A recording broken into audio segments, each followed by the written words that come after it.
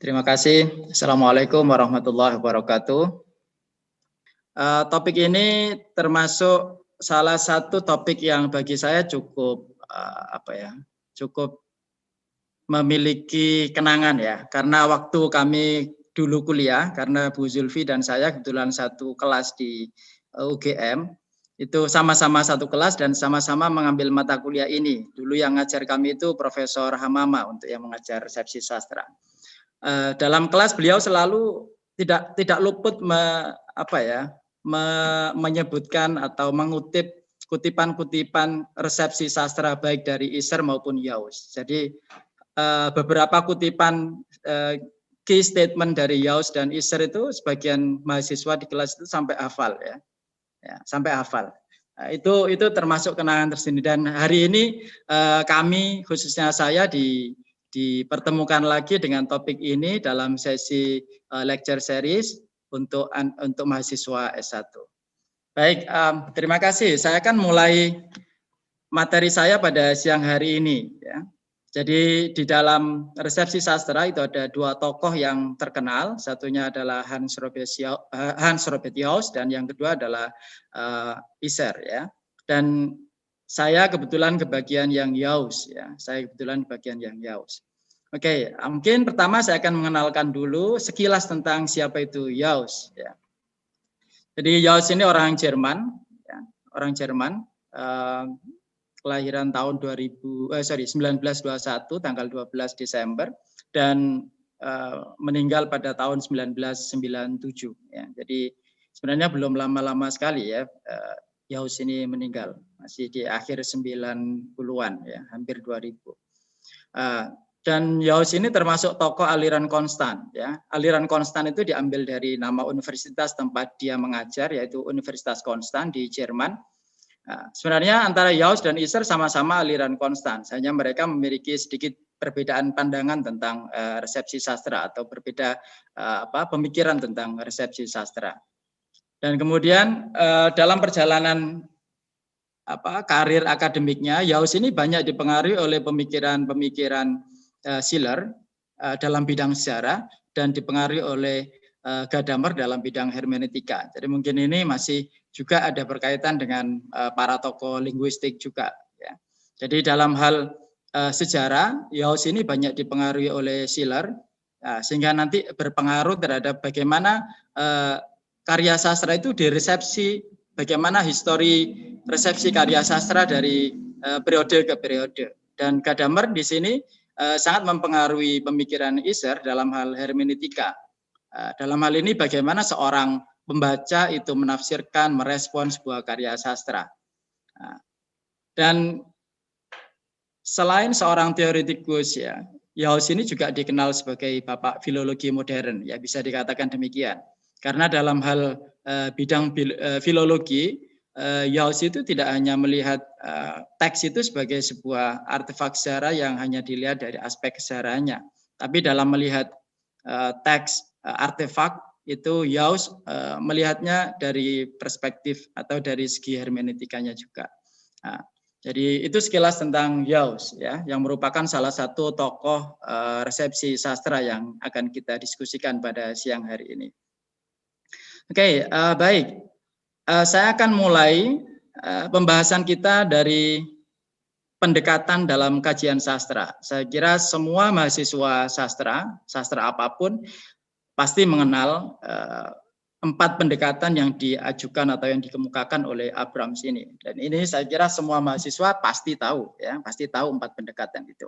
Ini sekilas saja saya ulas ya, sebagai pintu masuk kita untuk membahas resepsi sastra. Jadi karya sastra ya, menurut Abrams, karya sastra ketika kita melihat karya sastra itu dari segi karya sastranya sendiri, kita tidak mengaitkannya dengan aspek lain di luar karya sastra, maka pendekatan itu disebut dengan pendekatan objektif. Karena kita objektif hanya melihat karya sastra tanpa menghubungkannya dengan aspek di luar karya sastra itu. Sedangkan ketika karya sastra itu dihubungkan dengan universe, alam semesta, maka pendekatan yang ada atau pendekatan yang digunakan untuk melihat hubungan antara karya sastra dengan universe atau alam semesta itu disebut dengan pendekatan mimetik. Berarti karya sastra dianggap sebagai sebuah pantulan ya atau potret dari universe ya, dari realita, dari alam semesta yang ada. Nah, sedangkan ketika karya sastra itu dilihat hubungannya dengan pembaca, ya, jadi bagaimana hubungan antara karya sastra dengan pembaca atau audience atau readers, maka pendekatan ini disebut dengan pendekatan pragmatik. Bagaimana karya sastra itu berguna dan bermanfaat bagi pembacanya, itu pendekatannya pragmatik. Sedangkan ketika karya sastra itu dilihat dari hubungannya dengan pengarang, berarti bagaimana hubungan antara karya sastra dengan pengarang. Jika kita mengkaji karya sastra melalui hubungan tersebut, maka pendekatan yang digunakan adalah pendekatan ekspresif. Jadi karya sastra merupakan bentuk atau buah ekspresi dari pemikiran, gagasan, perasaan pengarangnya. Nah, di mana posisi resepsi sastra yang akan kita bincang kali ini? Resepsi sastra itu ada pada bagian ini. Jadi karya sastra hubungannya dengan pembaca. Ya, karena resepsi sastra menitik beratkan kepada hubungan antara karya sastra dengan pembaca. Nah, lebih lanjut akan kita bahas berikutnya. Sekilas kita melihat perkembangan resepsi sastra. Ya. Jadi resepsi sastra ini sebenarnya sudah muncul lama ya, bahkan sebelum Perang Dunia Kedua di Eropa. Kalau Perang Dunia itu sekitar tahun 1939 ya, akhir 1940-an, resepsi sastra, artinya bibit-bibit resepsi sastra itu sudah muncul sebelum itu. Ya, meskipun namanya masih belum resepsi sastra, kemudian metode, kemudian pendekatan yang digunakan belum semapan sekarang, atau belum semapan pada periode atau tahap berikutnya.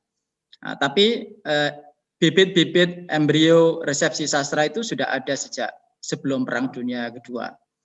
Nah, kemudian pada tahap berikutnya itu sekitar akhir 60-an, ya, akhir tahun 60-an di Jerman Barat itu resepsi sastra mulai banyak dikenal dan digunakan. Pada periode inilah dua tokoh yang kita bincang hari ini itu muncul, Jauss dan Isser itu muncul pada periode ini, pada akhir tahun 60-an. Pada periode ini, Jauss dan Isser memberikan pengaruh yang cukup signifikan terhadap perkembangan resepsi sastra.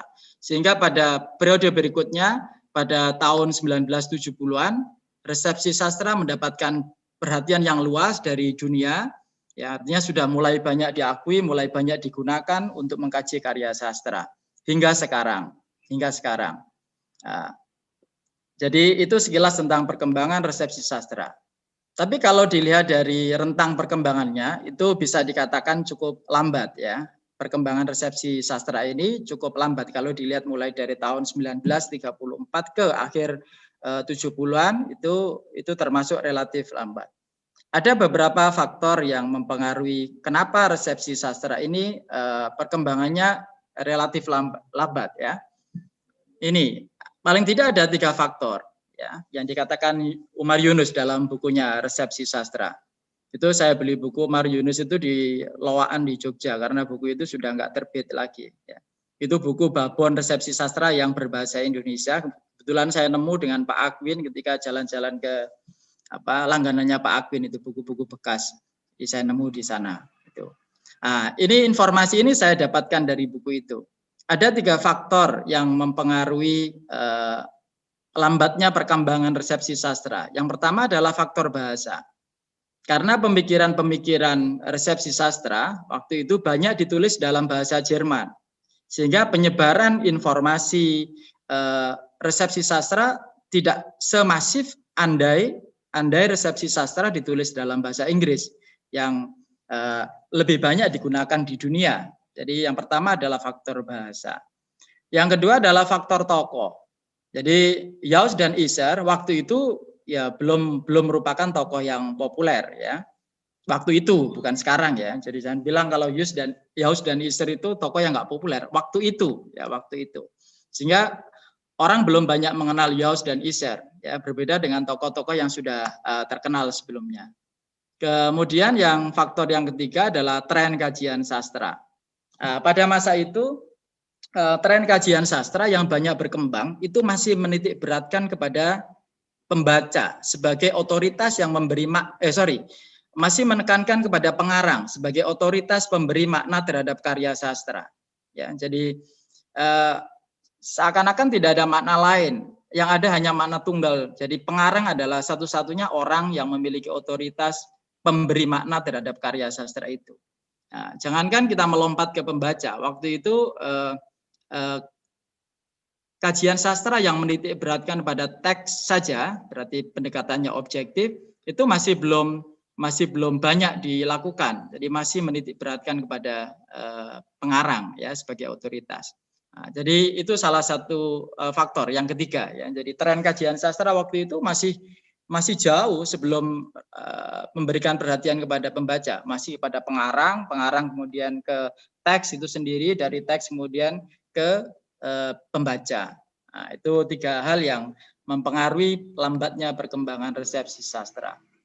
Nah, ini menarik kalau kita baca di bukunya Raman Selden. Di sana Raman Selden memberikan sebuah gambar, ya, memberikan sebuah gambar ini, apa ya istilahnya, duck and rabbit illusion, ya, ilusi bebek dan kelinci. Nah, kalau kita lihat di sini, ini gambar apa? Ya, ini gambar apa? Ya, boleh berpendapat di kolom chat juga boleh. Ada yang bilang, oh ini bebek, ya kan, duck. Ya, kalau kita lihat, oh ini duck, bebek, ya kan. Ketika gambar berikutnya kita lihat, kalau ini gambar apa? Nah, apakah ini gambar yang sama atau kita melihatnya ini gambar yang lain? Ya, mungkin ini ada yang melihat, oh ini kelinci, ya, ini kelinci. Padahal kalau kita lihat 2 gambar ini sebenarnya gambar yang sama, tapi cara kita melihat berbeda. Cara kita melihat berbeda. Cara kita merespon gambar ini berbeda. Nah, ini apa ini? Ini gambar apa itu? Itu Pak Hafid bilangnya burung hantu malah. Ya, ini bisa jadi rabbit, ya, kelinci. Ada yang bilang ini duck, bebek, ya kan? Ya, seperti itulah kita sebagai pembaca atau banyak pembaca melihat sebuah karya sastra. Jadi tidak ada orang yang tidak semua orang melihat karya sastra itu dengan perspektif yang sama, dengan pemahaman yang sama. Satu orang bisa jadi berbeda dengan orang yang lain. Satu kelompok berbeda dengan orang lain. Jadi dalam resepsi, dalam membaca sebuah karya sastra, bisa jadi orang memahami dan memberikan respon yang berbeda. Nah, itulah kita melihat di sini resepsi sastra itu terkait dengan bagaimana pembaca memberikan makna terhadap karya sastra yang dibacanya, ya, sehingga dapat memberikan reaksi atau tanggapan terhadapnya. Jadi kalau kita membaca sebuah karya sastra, entah itu puisi, cerpen, novel atau teks drama, ya, tentu kita membaca dan memahami itu dan kita memberikan respon. Ya, bentuk respon itu macam-macam, ya. Bentuk responnya itu macam-macam. Nah, makanya di sini dibedakan dalam resepsi sastra, tanggapan pembaca atau respon pembaca itu ada diklasifikasikan menjadi 2. Yang pertama adalah tanggapan yang bersifat pasif dan yang kedua adalah tanggapan yang bersifat aktif. Tanggapan yang bersifat pasif itu ya ketika kita membaca kita sedih, senang, menangis, tertawa sendiri, ya kan. Saya yakin beberapa dari kalian pernah mengalami itu, ya. Di kos-kosan baca novel sendiri, sepi, ceritanya senang, tertawa sendiri, ceritanya sedih, terbawa akhirnya menangis, ya. Atau mungkin ceritanya sama banget dengan pengalamannya sendiri, gue banget ya. Paling tidak ada tanggapan-tanggapan yang muncul ketika seseorang membaca karya sastra. Nah, tanggapan yang seperti itu tadi termasuk tanggapan pembaca secara pasif. Ya, sedangkan tanggapan pembaca yang aktif itu tanggapan yang diekspresikan, ya, melalui buah karya, Bisa jadi ketika seseorang membaca sebuah karya, kemudian terinspirasi, mereaksi, kemudian merespon bacaannya itu dengan menuliskan karya sastra yang baru. Ya, bisa juga ketika saya membaca sebuah karya sastra, kemudian saya merespon bacaan saya, apa yang saya baca itu dengan melakukan kajian terhadap karya sastra tersebut. Nah, respon-respon yang demikian termasuk tanggapan pembaca atau respon pembaca secara aktif. Jadi kita aktif memberikan tanggapan kepada sebuah karya sastra yang kita baca. Gitu. Nah, dan saya yakin setidak-tidaknya kita, sebagian dari kita atau mahasiswa pernah memberikan tanggapan terhadap sebuah karya sastra, ya, entah itu puisi atau novel, secara pasif setidak-tidaknya, ya, ya. Oh ini gue banget ini pengalaman saya kemarin dan seterusnya. Itu saya yakin pernah, ya kan? Yakin pernah. Bahkan sampai ada puisi yang menjadi puisi favorit, ya, seseorang ketika puisi itu dianggap, wah ketika baca itu saya seakan-akan bisa imajinasi saya bisa menuju ke suatu tempat dan seterusnya. Nah, itu tanggapan pembaca ada dua, ya, tanggapan secara pasif dan aktif. Nah, di dalam memberikan tanggapan, ya, A memberikan tanggapan kepada karya sastra tentu bisa jadi berbeda dengan B memberikan tanggapan karya sastra. Nah, perbedaan tanggapan itu salah satunya dipengaruhi oleh, menurut Yaus, itu dipengaruhi oleh horizon harapan yang berbeda-beda. Jadi setiap orang, setiap pembaca memiliki horizon harapannya masing-masing. Apa itu horizon harapan? Di sini dijelaskan, horizon harapan itu adalah harapan-harapan seorang pembaca terhadap karya sastra.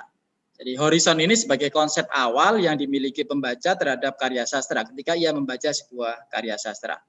Ya, jadi pasti ketika kita membaca sebuah karya sastra, ya kita memiliki horizon harapan. Oh, kalau kita membaca karya sastra yang genre-nya horor, mungkin kita sudah memiliki ekspektasi. Makanya di dalam bukunya Yaus disebut dengan Horizon of Expectation bahasa Inggrisnya.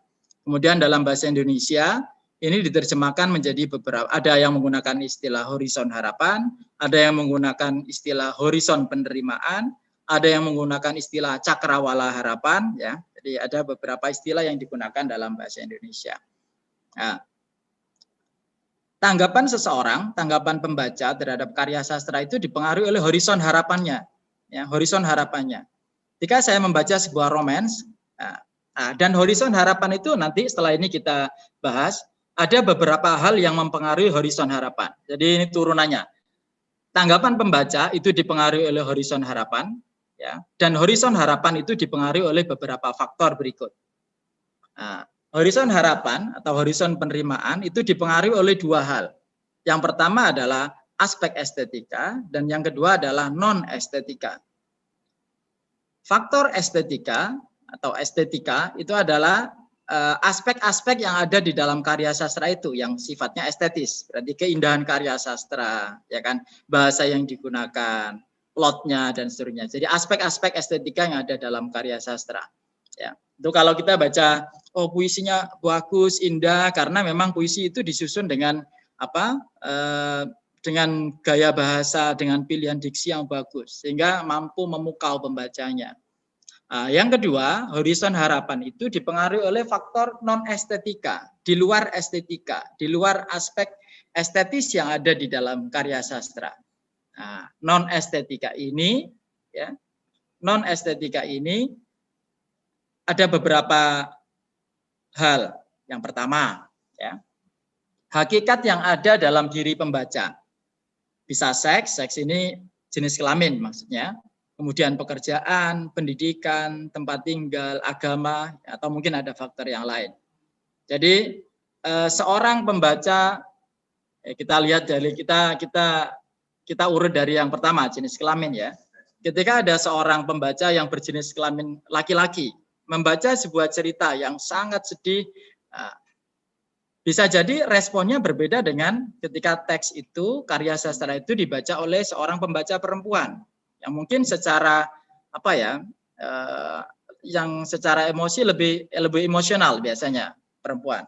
Ya, tentu responnya berbeda, ya, responnya berbeda, horizon harapannya berbeda. Ya, kemudian pekerjaan, ya, pekerjaan pun berbeda. Nah, kita lihat antara dosen dengan mahasiswa, dan pelajar itu tentu memiliki tingkat pendidikan yang berbeda dan tingkat pendidikan yang berbeda atau pendidikan dan pekerjaan. Itu baik pekerjaan maupun pendidikan sama-sama berbeda dan itu sama-sama bisa mempengaruhi horizon harapan masing-masing. Ya. Bagi yang sudah belajar sastra seperti mahasiswa sastra Inggris, ya, mungkin horizon harapannya berbeda ketika membaca sebuah karya romans atau karya horor misalkan genre-nya. Oh, biasanya atau adventure, ya kan?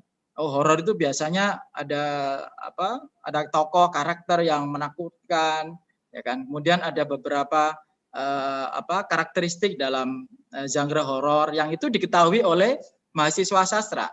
Tapi pembaca umum tidak pernah tahu kriteria-kriteria yang ada di dalam genre horor. Tentu horizon harapannya berbeda ketika membaca sebuah karya sastra bergenre horor. Ya. Begitu juga dengan tempat tinggal juga mempengaruhi. Ya. Tempat tinggal mempengaruhi. Ya. Begitu juga agama. Ya. Begitu juga agama. Ya. Ya, tentu ketika seorang membaca novelnya siapa itu? Novel-novel yang karyanya Abi itu siapa? Habibur Rahman Al-Shirazi misalkan, ya. Ketika agamanya Islam, tentu horizon harapannya berbeda ketika yang baca itu yang beragama selain Islam, tentu horizon harapannya berbeda, ya. Itu faktor non estetika, ya, faktor non estetika. Yang kedua adalah sikap dan nilai yang ada pada pembaca. Ya, tergantung sikap dan nilai yang dianut, yang dimiliki oleh pembaca. Itu juga mempengaruhi horizon harapan pembaca. Kemudian kompetensi bahasa dan sastra pembaca, itu tadi ya.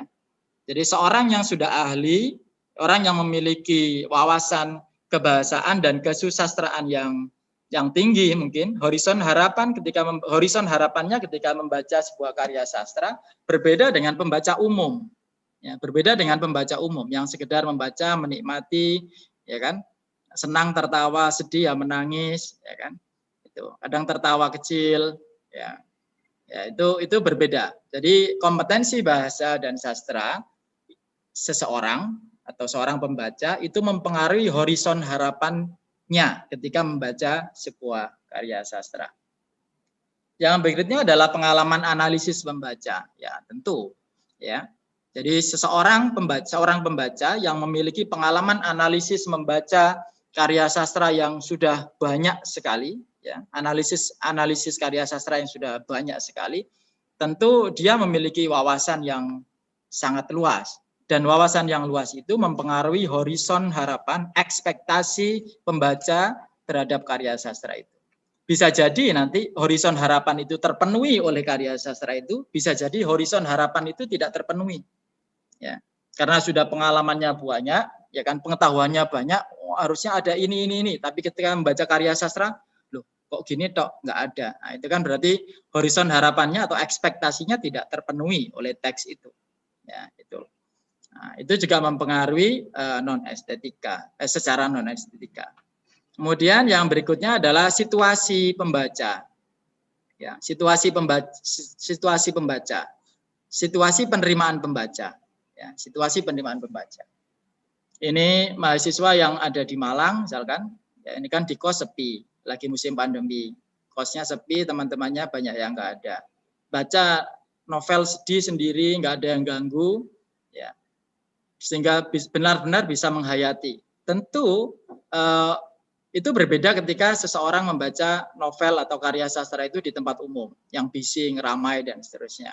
Ya, jadi situasi penerimaan pembaca atau moodnya sedang enak atau moodnya sedang nggak enak itu juga mempengaruhi horizon harapan dan ekspektasi pembaca ketika membaca sebuah karya sastra. Nah, itu berarti ada dua aspek yang mempengaruhi horizon harapan seseorang. Satu adalah aspek estetika dan yang kedua adalah aspek non estetika. Aspek non estetika itu dipengaruhi oleh 5 hal ini, ya. Hakikat yang ada dalam diri pembaca, sikap dan nilai yang ada pada pembaca, kompetensi bahasa dan sastra pembaca, pengalaman analisis pembaca, situasi penerimaan pembaca. Nah, itu aspek horizon harapan. Nah, kemudian saya akan agak lebih cepat sedikit. Oke. Di dalam bukunya Yaus, ya, ini terkenal. Jadi Yaus itu terkenal dengan konsep horizon harapan dan juga dikenal dengan 7 tesisnya. Ya, jadi Yaus itu memiliki 7 tesis yang dia tulis dalam bukunya Toward an Aesthetic Reception yang diterbitkan tahun 1982. Nah, secara singkat, 7 tesis Yaus ini merangkum pemikiran Yaus tentang resepsi sastra, ya, tentang resepsi sastra. Oke. Yang pertama, tesis yang pertama, ini saya ringkaskan. Jadi karya sastra bukanlah monumen yang memiliki makna yang satu dan sama. Jadi karya sastra itu berbeda dengan monumen yang selamanya akan memiliki makna yang mengungkapkan makna yang sama. Monas itu, monumen nasional yang ada di Jakarta, sejak dibangun hingga sekarang tidak berubah makna, sejarah, dan tujuan pembangunan Monas itu. Ya, karena dia monumen, memiliki makna tunggal yang sama. Jadi Monas itu dibangun untuk memperingati perjuangan para pahlawan dalam merebut kemerdekaan Indonesia. Mulai dibangun hingga sekarang, Monas itu tidak berubah. Pemaknaan atau Monas itu mengungkapkan makna yang tidak berubah, yang satu dan yang sama. Sedangkan karya sastra tidak demikian. Karya sastra ketika diterbitkan pada zamannya dibaca oleh orang pada waktu itu, pembacanya menangkap makna dalam karya sastra itu A. Pada kurun waktu yang berbeda, 10 tahun kemudian, 5 tahun kemudian, atau 20 tahun kemudian, karya sastra yang sama itu dibaca oleh orang lain, dibaca oleh pembaca yang kemudian di eranya.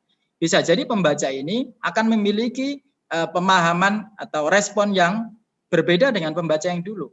Ya, itulah makanya disebutkan oleh Yaus, karya sastra itu bukan monumen yang memiliki makna yang sama dan satu, tapi makna karya sastra itu bisa berubah ya dari satu waktu ke waktu yang lain, di waktu satu dan waktu yang lain tergantung resepsi pembacanya. Itu oleh Yaus. Nah, kemudian yang kedua, tesis yang kedua, sistem horizon harapan itu timbul dari sebagai momen historis karya sastra yang meliputi suatu prapemahaman ya. Jadi itu. Jadi sebenarnya setiap dari kita sebagai pembaca sudah memiliki bekal, dan bekal itulah horizon harapan yang kita gunakan di dalam memahami sebuah karya sastra, seperti yang sudah kita singgung tadi itu. Kemudian tesis yang ketiga, nah ini, jika ternyata ada jarak estetis antara horizon harapan dengan sebuah karya sastra yang baru, maka proses penerimaan dapat mengubah horizon harapan baik melalui penyangkalan terhadap pengalaman estetik yang sudah dikenal atau melalui kesadaran bahwa sudah muncul suatu pengalaman estetik yang baru. Misal, kita membaca sebuah puisi. Yang kita tahu puisi itu biasanya bentuknya bait, kata-katanya pendek. Loh, ini kok kita menemukan puisi yang kayak novel bahkan. Nah, berarti kan tidak sesuai dengan horizon harapan atau ekspektasi kita sebagai pembaca puisi. Nah, ketika ada hal yang demikian, berarti ada jarak estetik antara horizon harapan dengan karya sastra yang baru itu. Nah, maka proses penerimaannya bisa, yang pertama, kita yang mengubah horizon harapan kita terhadap puisi tersebut, atau sebaliknya, kita bisa melakukan penyangkalan terhadap aspek estetik yang ada di dalam puisi tersebut. Itu tesis yang ketiga. Nah ini. Kemudian tesis yang keempat, sudah diingatkan oleh Pak Hafid ya. Jadi tesis yang keempat, terdapat berbagai variasi resepsi sastra sesuai dengan semangat zaman masing-masing sejak karya sastra diciptakan.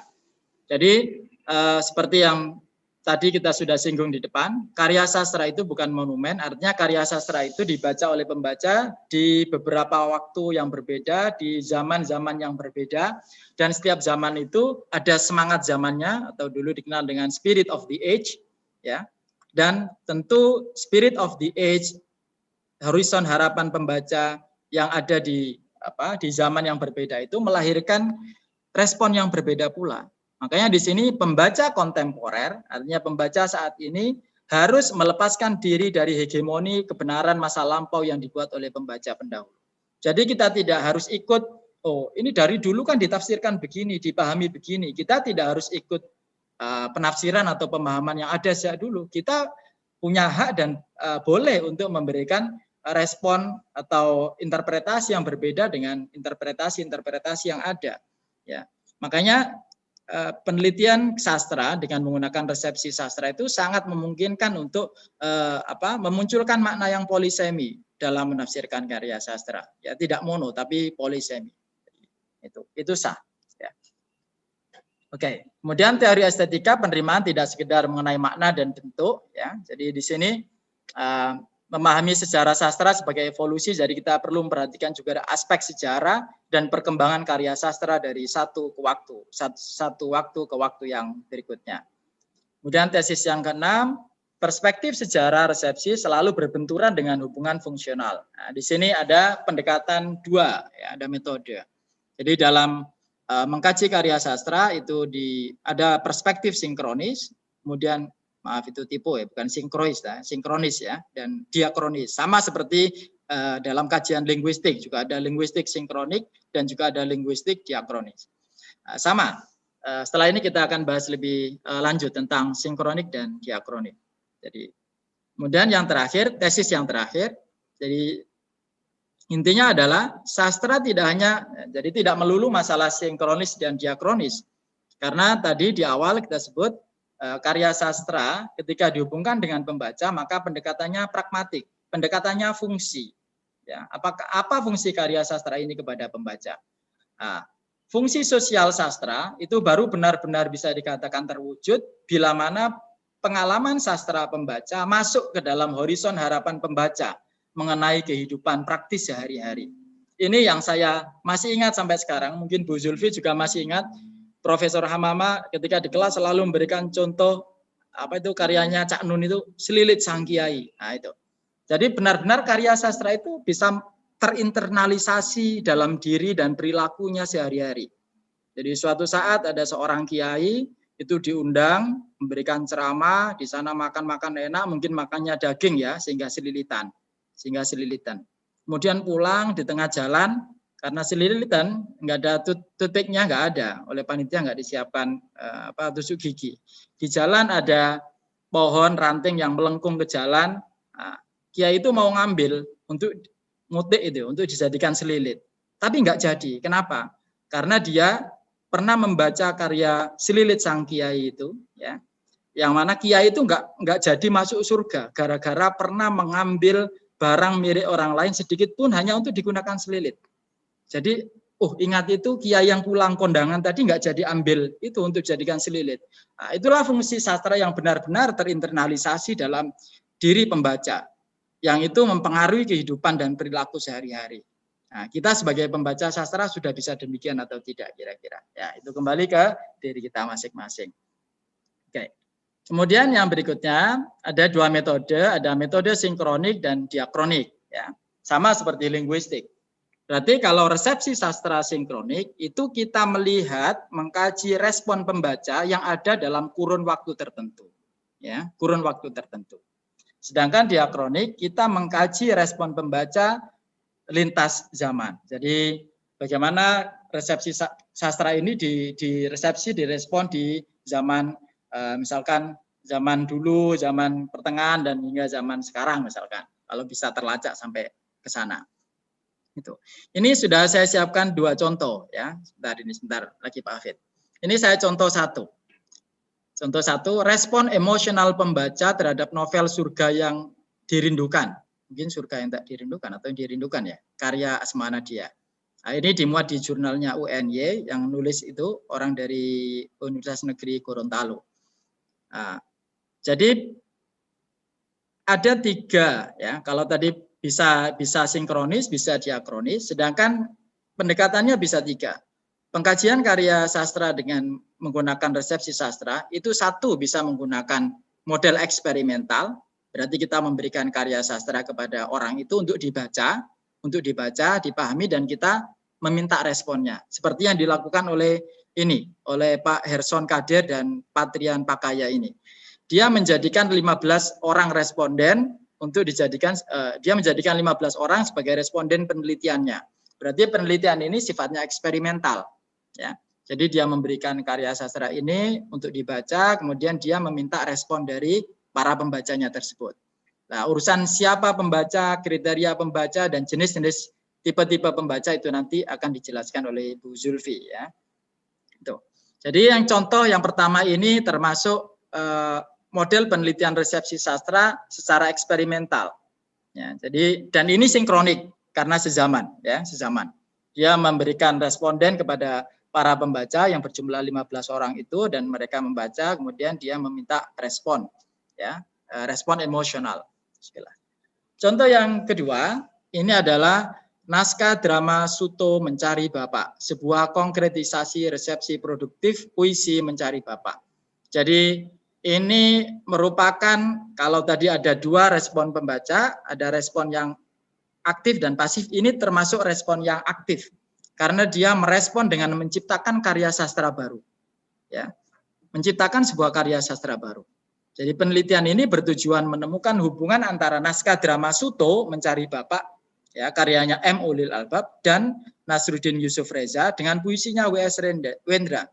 Jadi orang ini, dua orang yang menulis Suto ini, itu dia meresepsi kemudian mengkreasikan sebuah karya baru, ya, dari hasil bacaannya terhadap karyanya W.S. Rendra yang berjudul Mencari Bapak. Nah, makanya kalau tadi saya sebut 3, ada cara eksperimental, berarti kita memberikan teks kepada orang untuk dibaca, kemudian kita minta respon. Yang kedua, kita bisa melihat melalui kritik sastra. Jadi respon-respon pembaca, respon baca itu kita bisa lihat dari adanya beberapa kritik-kritik sastra yang muncul sejak karya sastra itu diterbitkan hingga sekarang. Kalau kita ingin melacaknya mulai dari belakang sampai sekarang. Nah, yang ketiga itu kita bisa melihat mulai dari ya dengan penciptaan karya baru, ya, penciptaan karya baru, ya, atau kita bisa lihat dengan interteks. Ya. Makanya lebih lanjut bagi mahasiswa yang ingin mendalami resepsi sastra itu tidak selamanya berdiri sendiri, dia juga bekerja sama dengan atau bisa digunakan dengan pendekatan-pendekatan yang lain, dengan teori-teori yang lain, termasuk interteks. Sangat mungkin sekali karya sastra ketika dibaca, kemudian orang merespon, melahirkan karya sastra yang baru. Nah, untuk mengkaji itu dibutuhkan intertekstualitas, untuk mengkaji pertalian atau hubungan antara karya sastra A dengan karya sastra B yang kemungkinan besar ada hubungan antara kedua sastra tersebut.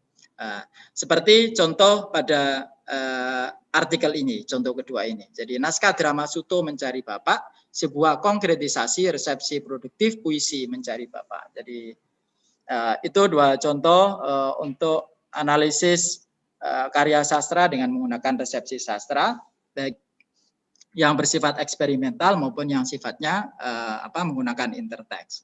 Ya, kurang lebih demikian. Nanti akan kita sambung lagi pada sesi tanya jawab setelah presentasinya Bu Zulfi. Terima kasih.